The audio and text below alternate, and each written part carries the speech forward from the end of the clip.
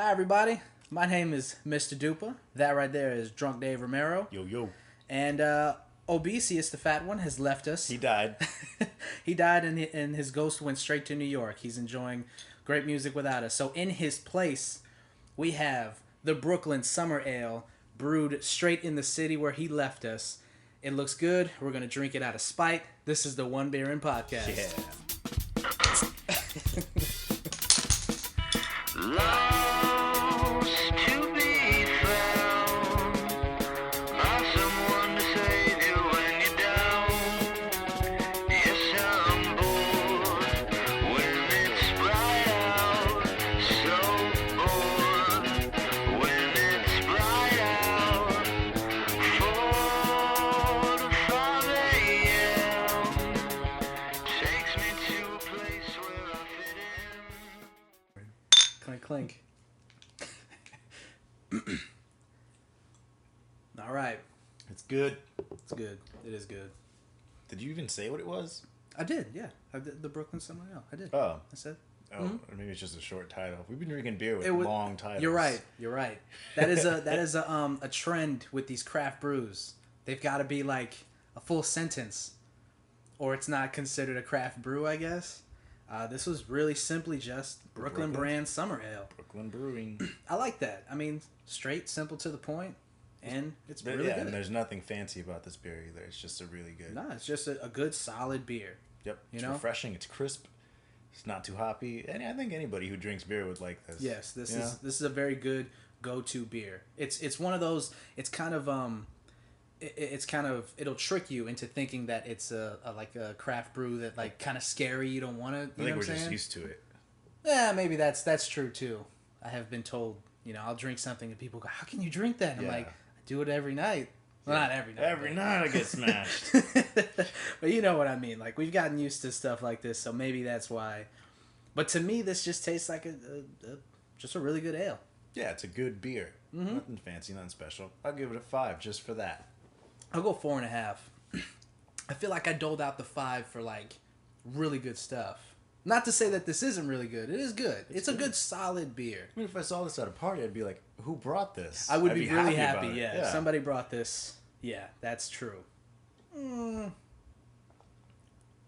gonna stay with the 4.5. All right, you go 4.5. 4.5. Go 5. Yeah. All right. Well, this is the One Baron Podcast, episode 14. There it is. Yeah, I got it this time. We got a lot of stuff that we just want to bounce around and talk about. First things first, I want to introduce a new bit that we're going to work on. Sorry, Adam. Didn't even tell you about this one. Nope, this is just happening. And we're going to call it The Treasures of Netflix. Or Hidden Treasures of Netflix. Not really. They're not really. I'm working on the title. It's a working It's title. a working title. It's definitely a working title. But the premise is basically in the title, which is, everybody has Netflix. If you don't, I don't really know what to tell you. It's just like our spoiler cast. Kind of go fuck yourself if you haven't seen it yet. I'm kidding. But you should have Netflix. Somebody told me today at my job that they just got Netflix 2 weeks ago. I kind of feel like Netflix is becoming one of those things where everybody's got a smartphone. It's like cable. Right. You got cable. You got cable. Everybody's got cable. You need to have Netflix. Except me. Yeah. But you don't, you've got the hookup where you don't need it. I've had Netflix. Yeah. That's why I don't have cable. There you go. Problem solved. I feel like Netflix strengths are in their documentaries, their library of TV shows, and just the hidden gems that they've got on there. Like the horrible, great B movies Yeah, that some we just stumble like some of the upon. stuff that we just stumble upon is just, it's gold. It really is gold. This that I want to talk about is not horrible in the slightest. It's one of the best. First of all, we're gonna nerd out for a little bit. Oh yeah, completely. So if you're not prepared for that, well, get prepared. Okay. So my friend is the one that told me about it. I watched it. I showed Adam. Adam, I think he finished watching it. I'm not sure. And then I told you to watch it. And simply because I told you to watch it, you told me no. No, it wasn't that.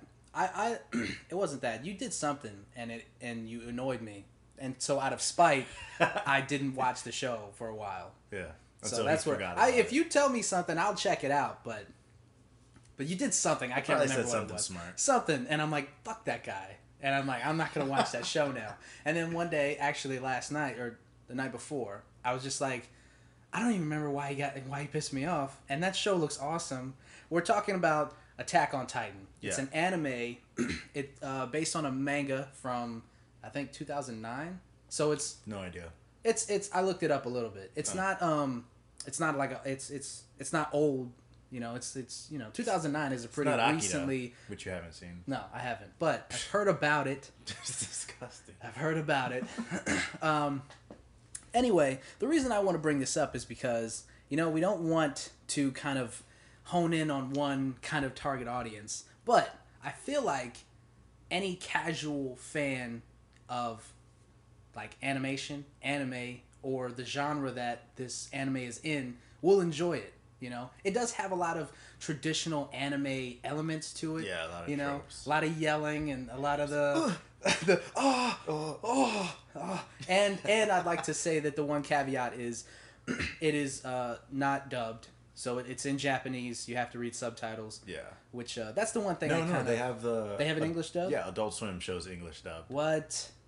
Oh, that's right. But don't watch the English. Is it bad? Is it? I think English dubbing just kind of strips the emotion that was intended for it. Yeah. Yeah. Because I've seen like Full Metal Alchemist in like when I watched it the first time, it was subbed.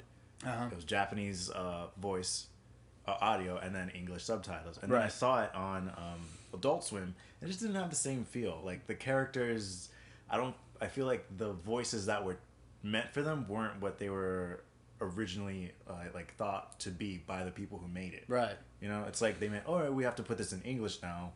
Who's a good English voice to match this face? Yeah. Yeah. And then when I think Japanese people get Japanese voice actors for Japanese characters, it all fits a little bit better. Yeah. All right. So the premise of the show basically is a society of people who have been.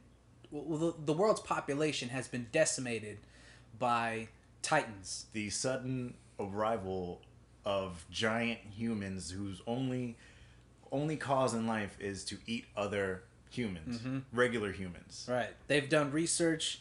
There is no other cause for it. They lived for centuries without eating people, so they don't need people to... They didn't exist. They suddenly showed up. Well, okay, but they were around for a century. Like the walls of the city had been... years. Right, yeah. It was 100 years before then, right? Right. So, stop, rewind. 100 years ago, the very first Titans showed up. Right, there we go. They started eating people, and then for some reason, I can't remember why right now, but they all disappeared.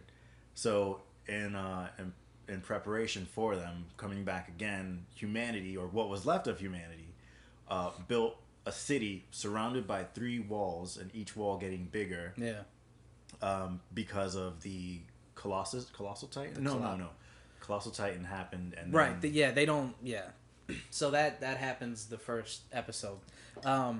So yeah, that's the premise. Giant humanoid giants that just there to just eat people. What made it so interesting and really got my attention about it was that it took the hunter and made it the prey. Like, we're at the top of the food chain. We're intelligent enough to kill any animal, but they took us, made us bigger and almost impossible to stop. Right. So to see like the last bit of humanity fighting to survive, it sort of relates back to us like nowadays and how we're hunting and just killing things for fun. Right. For material pretty much. Right. So I thought it was a cool I think flip on its head. What drew me was the mixture of the anime elements with horror. Because the imagery of it, like, it freaks you the fuck out. Yeah. Like, the Titans, they've got these big dumb smiles on their faces, and they've got huge mouths. Have you seen an abnormal Titan? Yes, that freaked me out the first time. The one, So the horror element mixed with the anime element, I thought was a really good. I like when they do that. I've seen other animes that they've done. Oh yeah, like Dead Man's Wonderland when I started showing you? Yes. That was good. Anytime that they do that, because I'm a huge horror fan, so anytime that they mix that in with something like martial arts or just anime period, I dig it. Rigor mortis. Yeah. All right. Yeah. I dig it. I'm on board anytime they mix stuff like that. Because they're two totally different things that just, they seem like a culture shock of just smashing shit together. Right. And most of the time it turns out pretty good. Right. Or at least weird enough. Another thing that I really liked about Attack on Titan is that they build that tension so well. Like they start you off with a little storyline, and then all of a sudden it's just cranked up. And I don't want to spoil anything. How far have you gotten? I'm about 5 episodes in.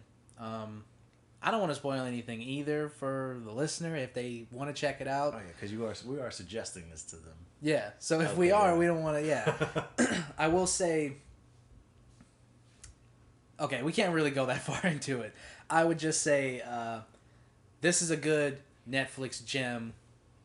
If you're even a slight casual fan of anime, definitely check it out. If you're interested in genre smashes like this, check it out. Yeah. And the other thing I really liked about it is that there were so many, not only just your genres smashed, but there were so many cultures in the show smashed up. So I mean, you have obviously the Japanese elements, and then you have this weird like Middle Earth like English element in there, and then you have the German element mixed within like modern industry. Yeah. Right? And it's just in like this weird separate dimension where instead of, like guns and whatever, they're still using swords and they're still riding on horse-drawn carriages. Right. Their 3D maneuvering devices are pneumatically driven. Like they work off air pressure. Yeah. And the other thing I like is that in between each scene, like where there's supposed to be a commercial break, they have the schematics. Yeah, that shit is. I was like, oh my god, that's so cool that they did that. Incredibly well realized. Yeah. Like this world is plausible. Yeah. Like maybe not. Well, plausible. But if the technology is plausible. Like maybe. the way that they set it up, it seems plausible. So yeah, I would, like I said, I would suggest it. Definitely check it out. This is something I think we're going to kind of do maybe every week, maybe every other week, depending Whenever we find something good on Netflix. There you go. Anytime we find something good on Netflix. So definitely check it out.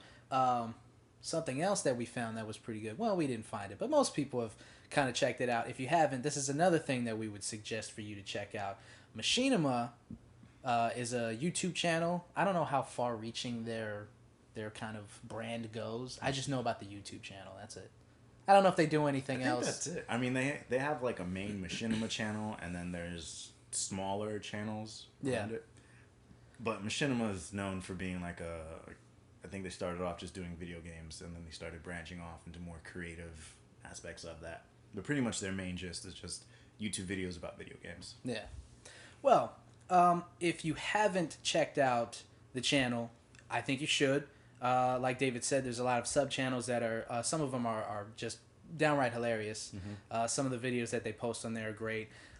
We're bringing it up because I think a year and a half ago, they created the Mortal Kombat web series. Mortal Kombat Legacy. Yeah, which was basically what every person who watched the first 2 original Mortal Kombat movies. This is what the web series is what we paid for with those 2 first movies. This is what we wanted. It cast all the right people. Michael Jai White was Jax finally, which is, I mean, that's the dream casting. I don't know how that wasn't done the first time around. But needless to say, Mortal Kombat Legacy turned out really good. If you haven't checked it out, you should.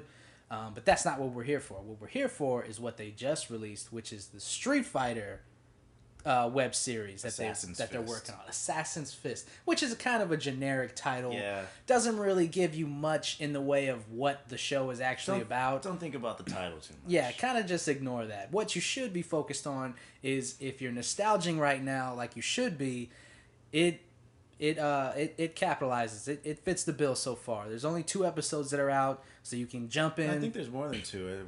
We only watched 2.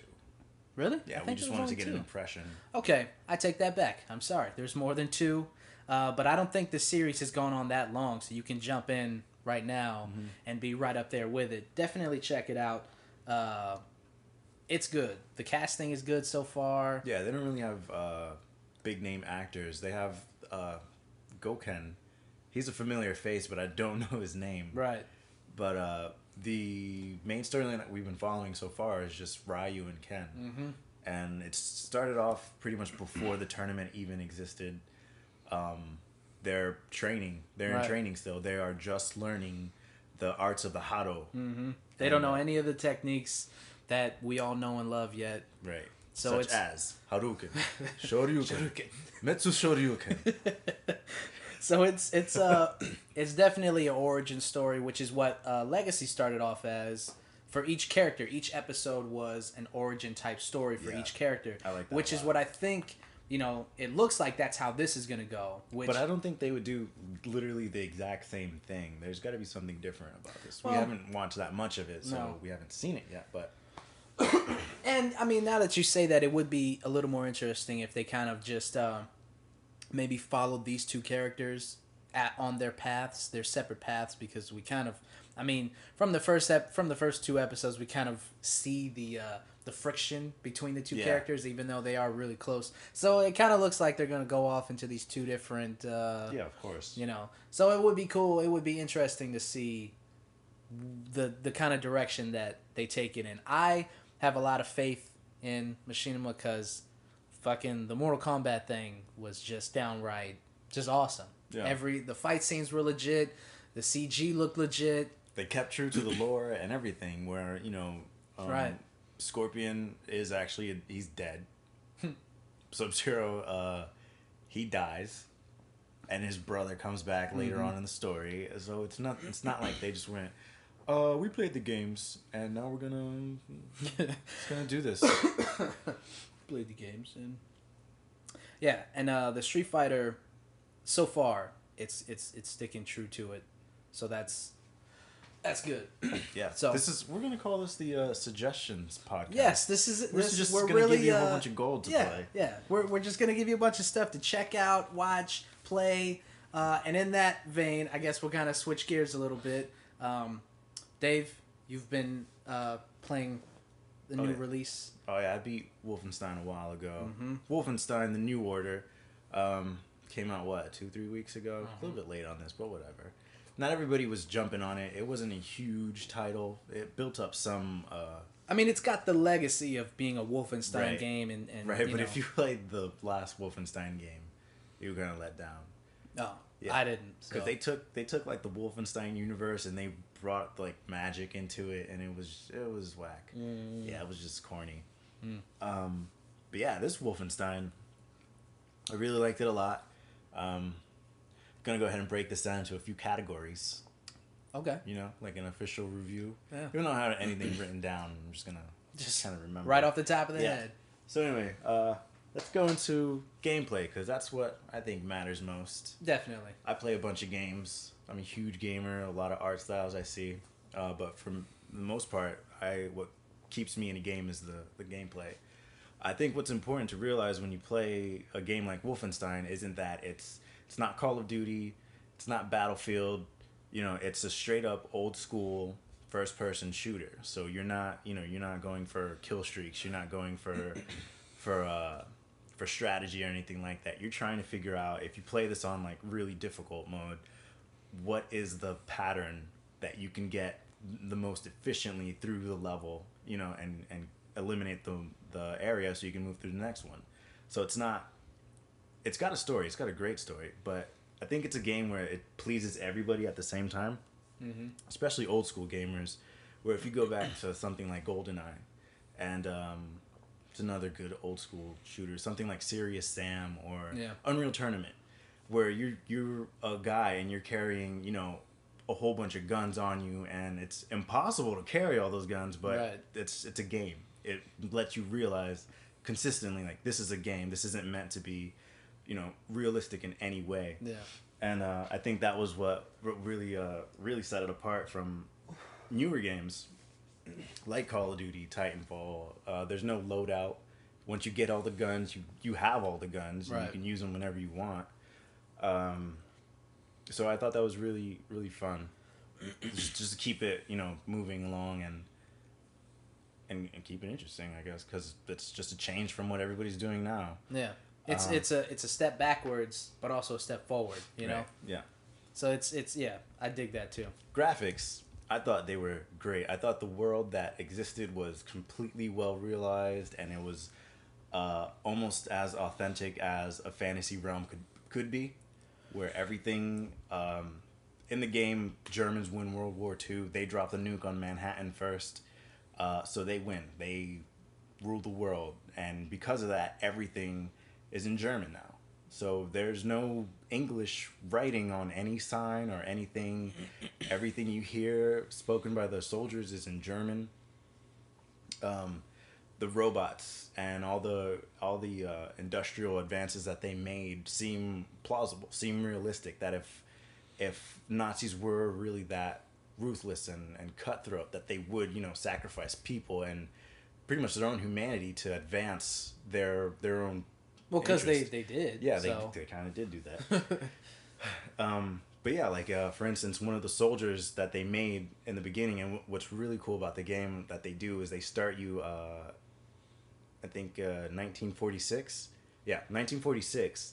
You, no spoilers, you end up in 1960 later on in the game, and the technology that was in 1946 advances to 1960, and it's very clear, it's very obvious that the Nazis have been, it's not a game where it's just like, all right, well, we're just going to take everything from 1946 and they rule the world now, so they don't have to keep advancing anything. Right. They're content.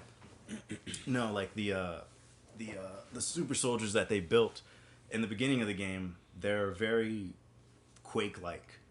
And it's like, it looks very primitive, like surgery, like they have metal plates in someone's skin. But later on in 1960, you end up in their lab, and you find out that they take the brain and they attach an artificial spine to it, and they just keep that in a tank.